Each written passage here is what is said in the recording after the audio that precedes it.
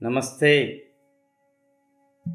మనం ఈ వీడియోలో పతాంజలి అష్టాంగ యోగం యందు రెండవ అంగమైన నియమం యందు తపస్సు గురించి తెలుసుకుందాం. అష్టాంగ యోగంలో యమ, నియమ, ఆసన, ప్రాణాయామ, ప్రత్యాహార, ధారణ, ధ్యాన, సమాధులు అనేటటువంటి 8 అంగాలు కలవు. ఈ 8 అంగాలలో యమ, నియమం అనేటటువంటి 2 అంగాలు అతి ప్రధానమైనవి. ఇంటికి పునాది ఏ విధంగా అవసరమో ఈ అష్టాంగ యోగంలో సమాధి స్థితిని చేరడానికి సాధకుడు ఈ యమ నియమాలను తప్పక ఆచరిస్తే మాత్రమే జరుగుతుంది. యమ నియమాలను పక్కన పెట్టివేసి సమాధి స్థితిని చేరుకోవడం అసంభవం. కాబట్టి యమ నియమాల గురించి తప్పక మనం తెలుసుకొని ఆచరించాలి. యమం అనేది సమాజంలో మనం ఏ రకంగా జీవించాలి అన్నటువంటి అంశాన్ని తెలియజేస్తే, నియమం అనేది నీకు నువ్వు ఏ విధంగా ఉండాలి అన్న అంశాన్ని తెలియజేస్తుంది. ఈ నియమం యందు 5 అంగాలు కలవు.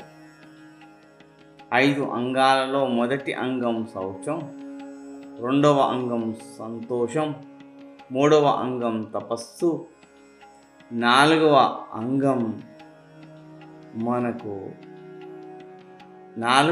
అంగం అనేది మనకు స్వాధ్యాయం, 5వది ఈశ్వర ప్రణిధానం. ఈ 5 అంగాలలో ఈ వీడియోలో మనం నియమం యందు 3వ అంగమైన తపస్సును గురించి తెలుసుకుందాం. వాస్తవంగా తపస్సు అనేది ధ్యాన సమాధులలో రావాలి. కానీ అసలు ఈ నియమం యందు ఎందుకు తపస్సు పెట్టాడు ఆ పతాంజలి మహర్షుల వారు అంటే, ఇక్కడ తపస్సు యొక్క పూర్తి అర్థం వ్యతిరేకం. సమాధి స్థితికి వ్యతిరేకమైనటువంటిది. నువ్వు సమాధి స్థితిని చేరుకోవాలి అంటే ఈ తపస్సును నువ్వు ఆచరించాలి. ఇక్కడ ఆ మహానుభావుడు తెలియజేసిన తపస్సు అంటే, నీవు ఏ కార్యాన్నైతే చేస్తున్నావో ఆ కార్యం పట్ల మనస్సును కేంద్రీకరించి చేయడమే తపస్సు. ఎంత అద్భుతమో చూడండి.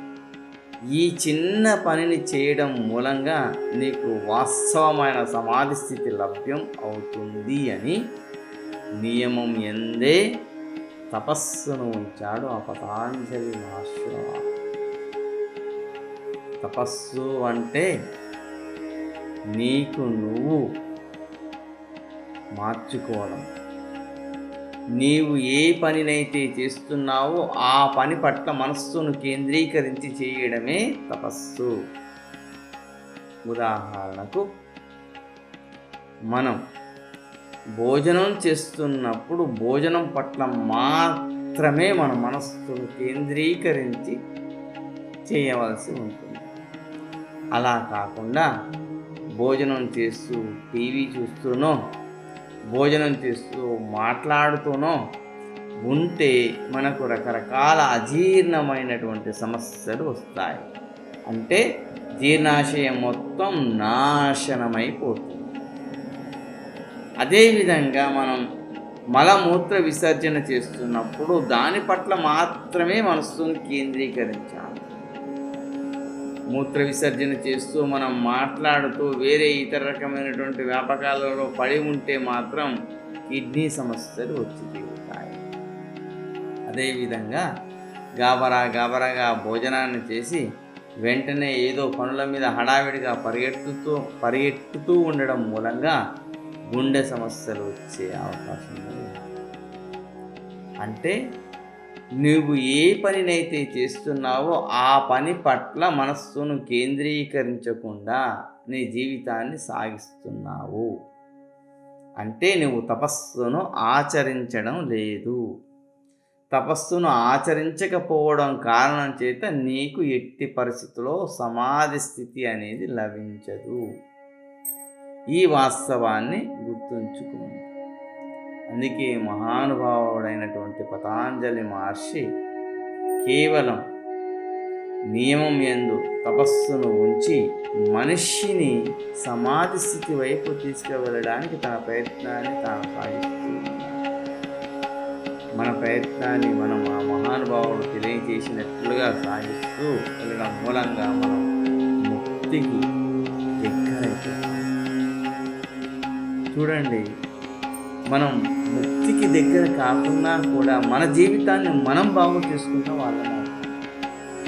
ఇక్కడ చిన్న వయసులోనే జీర్ణాశయం అనేది నాశనమైపోయి మలబద్ధకం సమస్యతో, గ్యాస్ సమస్యతో, అల్సర్లతో రకరకాల బాధలు పడిపోతూ ఉన్నాం. కిడ్నీలు అనేవి ఫెయిల్ అయ్యి డయాలసిస్కి వెళ్తూ ఉన్నాం. రకరకాల సమస్యలతో, శారీరక సమస్యలతో నరకాన్ని అనుభవిస్తున్నాం. బ్రతికి ఉండగానే నరకాన్ని అనుభవించడం అంటే ఇదే. బ్రతికి ఉండగానే నువ్వు జీవన్ముక్తిని పొందడం అంటే ఆరోగ్యంగా బతకడం మాత్రం.